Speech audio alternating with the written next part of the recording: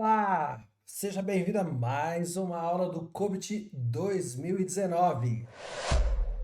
Mais especificamente, eu quero explicar para você o que é de fato o COBIT e o que não é o COBIT, porque existe realmente bastante confusão quando a gente olha aí o que as pessoas discutem, postam, até alguns artigos disponíveis na internet e até mesmo o que alguns professores dizem por aí em algumas plataformas. Tem bastante curso errado. É impressionante o que tem de curso errado quando a gente fala aí de governança de tecnologia de informação, quando a gente fala de ITIL, por exemplo, de projetos ágeis com Scrum, tem muito professor falando bobagem por aí.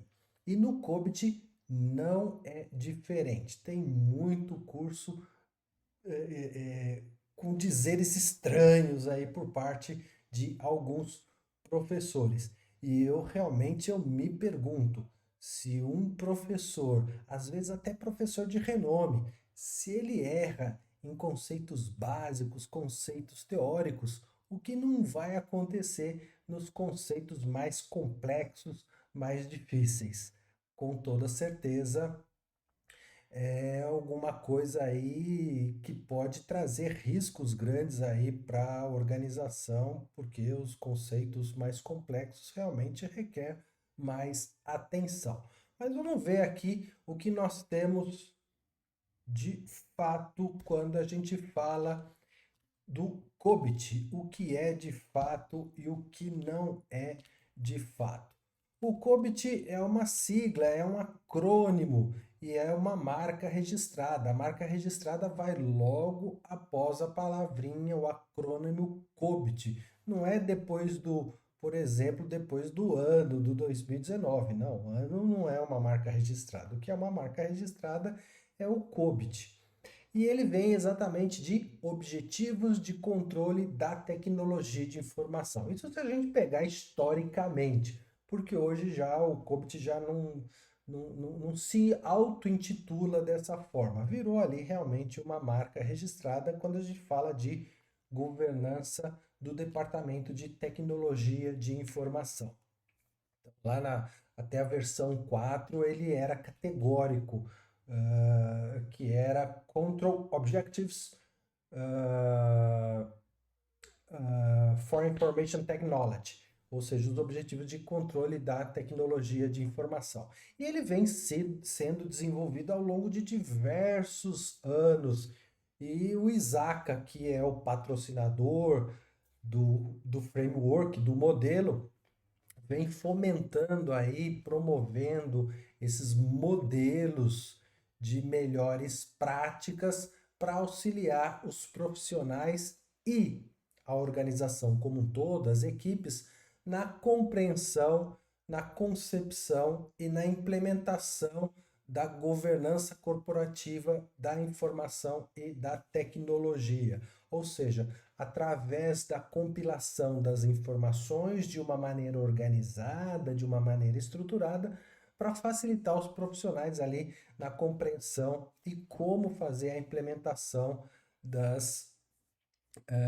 de estruturas de governança. Ele não detalha exatamente o como implementar, mas ele dá algumas dicas interessantes em como fazer essa implementação, principalmente nos manuais adjacentes, nos manuais adicionais, nas publicações adicionais que o ISACA promove. Então ele vem ali trabalhando através de diversos profissionais, diversos especialistas na área, inclusive cientistas, para que a gente tenha aí a comunidade da área de tecnologia tenha aí uma boa compilação de bons manuais, manuais de qualidade para ajudar a gente na implementação e não só a implementação, como também o acompanhamento de um sistema de governança. Então são mais de 25 anos aí no desenvolvimento, incorporando insights, incorporando ideias, inclusive ideias que vêm da ciência, porque existem muitos cientistas trabalhando aí junto com os especialistas do ISACA, de forma a operacionalizar esses insights como práticas, transformando essas ideias em práticas de fato, até que a gente consiga chegar aí, conseguisse chegar na versão 2019. Anteriormente, eu mostrei na evolução do COBIT, anteriormente nós tínhamos a versão 5 do COBIT, que foi lançado em 2012, que tem alguns profissionais aí também fazendo uma confusão aí nessa questão da versão, porque até então, até a versão 5, ele falava COBIT 2, COBIT 3, COBIT 4, e na versão de 2019 ele virou, por algum motivo, COBIT 2019. Ele evoluiu para uma estrutura, quando a gente usa essa palavrinha framework, é importante que você se lembre da palavrinha modelos ou da palavrinha estrutura, porque quando a gente fala de framework, você só tem uma casca. Pense na estrutura de um prédio, na estrutura de uma casa, não tem acabamento, não tem paredes, tem só aquela base para a gente dar continuidade na construção e depois, mais para frente, chegar na parte de acabamento, seja o acabamento externo ou acabamento interno. Então ele é uma casca, até porque ele não vai entrar em muitos detalhes da implementação, justamente porque existem diversas organizações totalmente diferentes, grandes, pequenas, médias, públicas e privadas, e mesmo as organizações do mesmo segmento, ela tem muitas diferenças entre si. Então ele evoluiu para uma estrutura de governança e gestão da informação e da tecnologia de uma forma ampla, de uma forma abrangente, e continua a se estabelecer como uma estrutura geralmente aceita quando a gente fala de governança de tecnologia de informação. E realmente assim o é desde muito tempo. Quando a gente fala de governança do departamento de tecnologia, ele é a principal referência que a gente tem. E eu geralmente eu costumo ensinar como transformar isso não somente num modelo de governança do departamento de tecnologia, como também no modelo de governança para qualquer departamento. Eu até em algumas aulas eu tiro o TI ou o IT ou IT e substituo por X, porque você pode usar ele para o departamento de vendas, marketing, jurídico ou qualquer outro departamento que a gente queira. E no COBIT, já na versão 5, que é de 2012, ele faz uma distinção clara entre o que é governança e o que é gestão, porque ele entende que são objetivos diferentes, tem atividades diferentes, tem propósito diferente. Quando a gente fala de governança, que está lá em cima na estrutura organizacional, na hierarquia, e a gestão que está ali numa camada intermediária. Já na versão 5 ele fazia essa distinção e essa distinção continua. Então, tem uma abrangência diferente de tipos de atividade quando você olha a governança e quando você olha a gestão. Necessita de estruturas organizacionais diferentes, ou seja, a forma com a qual as pessoas se organizam como departamentos ou como seções são diferentes e por isso ele faz essa separação e tem propósitos diferentes. A governança quer saber ali da transparência das ações, da transparência do gerenciamento de risco, da transparência orçamentária, projetar a organização lá para frente, no futuro, fazendo um planejamento estratégico e sabendo que as coisas lá dentro estão funcionando como se fosse uma engrenagem. Já a gestão está focada em planejar as ações, fazer com que as ações aconteçam, fazer o monitoramento e o controle dessas ações. Então a gestão está muito mais ali no dia a dia e a governança está muito mais ali acima, olhando a estratégia de fato. E o manual do COBIT ele diferencia claramente as atividades associadas a cada uma delas, seja a governança ou seja a gestão. E que manuais são esses? São os manuais ali do COBIT, né? Então aqui temos o manual principal, que é o manual de 64 páginas. Aqui nós temos o outro manual, que é o manual de objetivos de governança e gestão, e exatamente no primeiro manual, que é o Core, é o base para a certificação COBIT Foundation, ele já dá essa distinção, mas ele não entra em muitos detalhes. Já nesse manual, que é um manual mais detalhado, ele já faz bem claramente essa distinção. Então, quando a gente abre os processos, esses manuais aqui vão dar clareza para a gente nessa questão do que é uma atividade da governança em relação a uma atividade da gestão dos gestores. O COBIT assegura que as necessidades, as condições e as opções, que necessidades? Necessidades das partes interessadas, necessidades da organização como um todo, condições ambientais olhando a própria organização e as opções de ação sejam avaliadas para determinar objetivos de maneira equilibrada, afinal de contas, as partes interessadas, cada um vai querer puxar para o seu lado, seus próprios interesses. Então tem que ter um equilíbrio. E sejam acordados de forma que aí sim eles sejam alcançados. Estabelecendo direção, como chegar lá, através da priorização e tomada de decisão. Então, as opções, por exemplo, lançamento de projetos têm que ser priorizados, ações precisam ser tomadas e decisões precisam ser tomadas em relação a qual projeto conduzir e quando surgir riscos, impasses, situações, a gente tem que tomar uma decisão. Como que vai tomar a decisão? Através da camada de governança. Governança dá direcionamento, governança é estratégico, governança estabelece metas, direcionamentos e toma decisão estratégica. Monitora o desempenho, a execução e o progresso em relação aos objetivos de governança, os objetivos específicos da governança. Ali tem uma sigla EDM, que é exatamente a sigla dos processos da governança, que ele vai assegurar o direcionamento e o monitoramento dessa estratégia. E a gestão? Planeja, constrói, administra e faz o monitoramento das atividades de forma que estejam alinhadas a quem? Às necessidades da governança.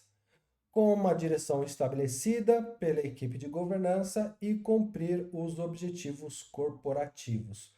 PBRM é uma sigla que mostra, que faz referência ao quadro principal dos processos da governança. A gente vai falar sobre esse quadro principal que na versão 2019 ele já começa a se referenciar ao modelo core ou modelo principal. Vamos abrir esses processos um pouquinho mais para frente. O sistema de governança contém processos, estruturas organizacionais, políticas, procedimentos, fluxo de informação, tem questões culturais e comportamentais, habilidades das pessoas e a infraestrutura para que esses processos sejam de fato executados. Então, quando você olha tanto a governança quanto a gestão, as equipes de governança e as equipes de gestão, todas elas vão trabalhar utilizando um sistema de governança, composto exatamente por essa série de coisas, processos, políticas, regras, estruturas organizacionais, que são os departamentos, seções ou equipes, enfim. Então, tudo isso vai compor, vai se transformar no que a gente chama de sistema de governança. E o COBIT define esses componentes para que sejam construídos e o sistema de governança seja implementado de fato. E uma vez implementado, que haja a sustentabilidade desse sistema, a manutenção, a continuidade, e não só a manutenção e continuidade, como também melhoria do sistema. É um foco muito importante do livro do COBIT, a questão da melhoria contínua. Então, tem ali aspectos específicos para que haja a continuidade e sempre melhorando o sistema de forma que o sistema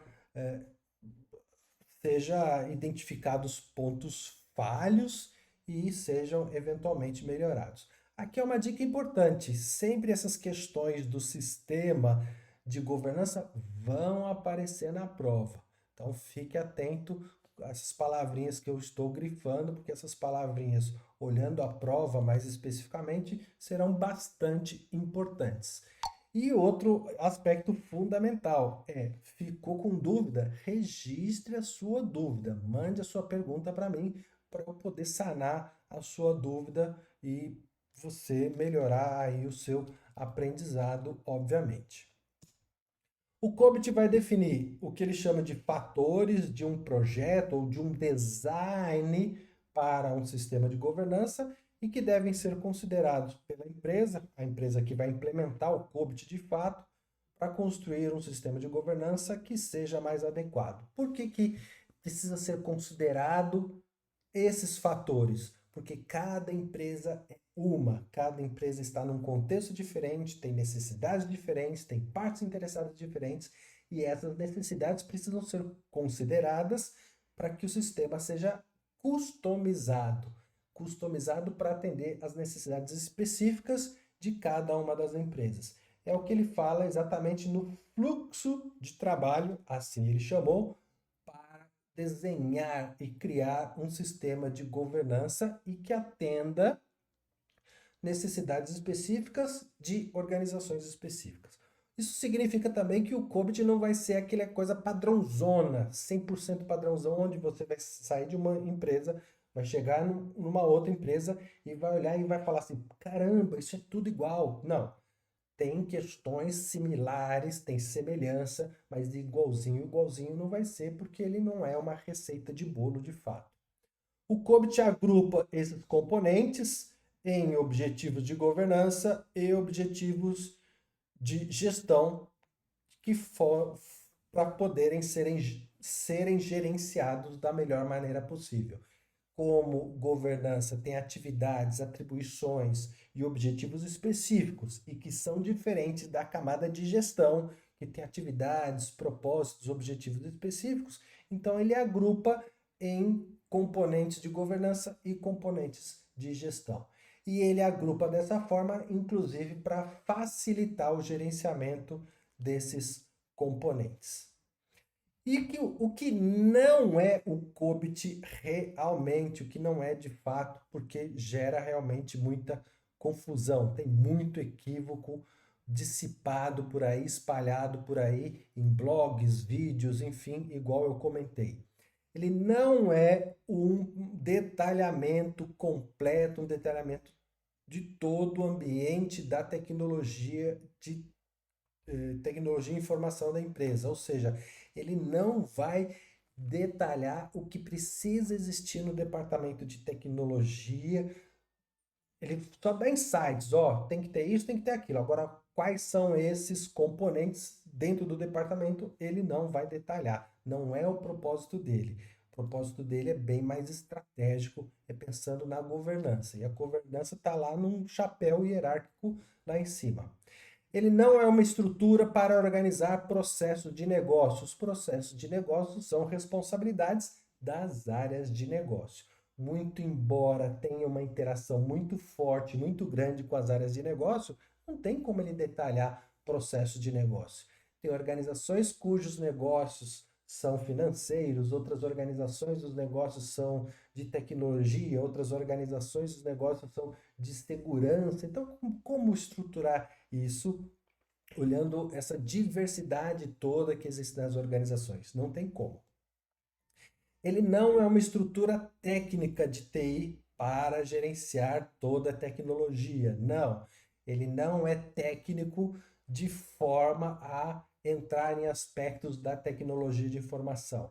Ele é genérico para que as áreas de tecnologia considerem esses aspectos do COBIT para implementar um sistema de governança, e tanto é genérico que dava para você usar a mesma estrutura e o mesmo jeitão em qualquer área de negócio.